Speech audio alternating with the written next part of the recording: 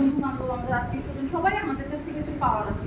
তো অন্যকে দেওয়ার আগে তো আমাদের নিজেকে দিতে হবে, মানে নিজেকে এত সুন্দর করে গ্রুমিং করতে হবে, নিজেকে এত ডেভেলপ করতে হবে যাতে আমার কাজ দ্বারা অটোমেটিক পরিবার, দেশ, আত্মীয় স্বজন সবার উপকার হয়। আর এই সব কিছুর জন্য আসলে আমাদের যে দক্ষতা, 6টা দক্ষতা আমরা বলছি, এগুলো খুবই দরকার। এই যে আমাদেরকে ডেকে নিয়ে আসতে হচ্ছে বা ডেকে নিয়ে আসতে হয়, এই জিনিসটা কিন্তু কেউ করে না, কেউ করবে না। তোমার যে কথা বলার আছে এটা সব জায়গায়। আমার বাবাকে আমার কিছু বলার ছিল যে বাবা আমি বিয়ে করতে চাই না, আমি পড়াশোনা করতে চাই। এখন বলার আছে বাবা আমাকে বিয়ে দাও, আমার বিয়ে করতে মন চায়, চারপাশে সবাই বিয়ে করে দেবে।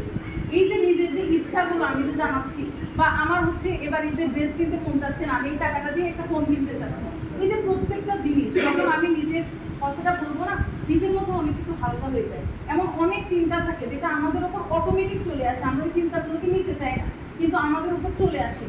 তো এই চিন্তাগুলো তো চলেই আসে। তো যে চিন্তাগুলো মানে আমি যদি একটু কথা বলি তার মধ্যে যদি আমার এই চিন্তাগুলো আমার মস্তিষ্ক থেকে রিলিফ পায়, তো দরকার কি সেই চিন্তাকে নিজের ভিতরে রাখার। যা কিছু আসুক, সামনে আসুক, আমি ফেস করবো, হয় ভালো হবে নয় খারাপ হবে, কিন্তু আমি যে ফেস করলাম এটা একটা আত্মিক তৃপ্তি। সারা জীবন যদি আমি নিজের কথাগুলো নিজের মধ্যে রাখি, কেউ বলবে না বল রে বল রে বল রে, কেউ বলবে না, কারণ এত সময় নেই। তুমি কয়জনকে জিজ্ঞেস করো আচ্ছা তোর মধ্যে কি আছে বলতো, তুমি কয়জনকে জিজ্ঞেস করো তুই কেমন আছিস, তোর কি হয়েছে তুই বলো। তুমি যেন কাউকে বলো না, তোমাকেও কেউ আসলে বলবে না।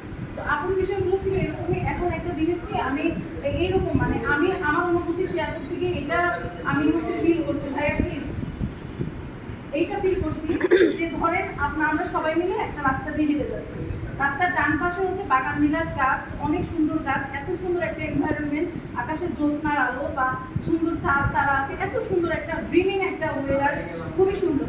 রাস্তার আরেকটা পাশে ড্রেন, যেটা সাধারণত রাস্তায় হয়, এক পাশে ড্রেন আরেক পাশে এত সুন্দর একটা এনভায়রনমেন্ট।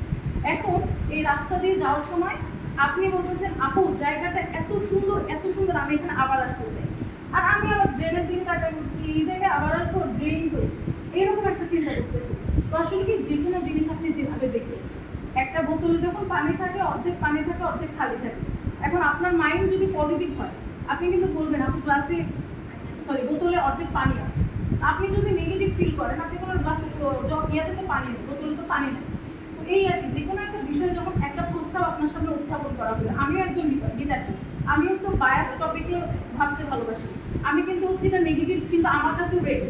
আপন প্রত্যেকটা কথা রিভার্টাল আমার কাছে আছে, কিন্তু আমি নিব কিভাবে, মানে পজিটিভলি নিব বা এখান থেকে আসলে শেখার আছে কিনা, বা এই কথা দ্বারা আপু আসলে কি দিতে চাচ্ছে, আপুকে আমাকে নারীবাদী বানাই দিচ্ছে, স্বাভাবিক বানাই দিচ্ছে, নাকি আপু আমার হচ্ছে আত্মবিশ্বাসকে ডেভেলপ করাচ্ছে, আপু আমাকে ভালো কিছু শেখাচ্ছে নাকি খারাপ কিছু শেখাচ্ছে।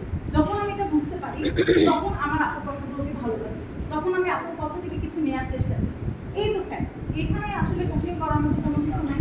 আমার খুবই ভালো লাগতেছে এবং আমার প্রত্যেকবার যেটা হয় আসলে এই জায়গাতে আমি এখনো সার্ভাইভ করতে পারিনি, খুব অল্প মানুষকে বিশ্বাস করি, খুব অল্প মানুষকে ভালো লেগে যায় এবং মানুষের সাথে থাকতে খুবই ভালো লাগে। যেমন আমার এখন মনে হচ্ছে যদি আমি আপুকে আরও পাই, যদি আপুর সাথে আরও দেখা হয়, আপুর সাথে মানে আমার অনেক প্রশ্ন, যে জিনিসটাকে আমি বিশ্বাস করি সেই জিনিসটার মধ্যে আমার প্রশ্ন এবং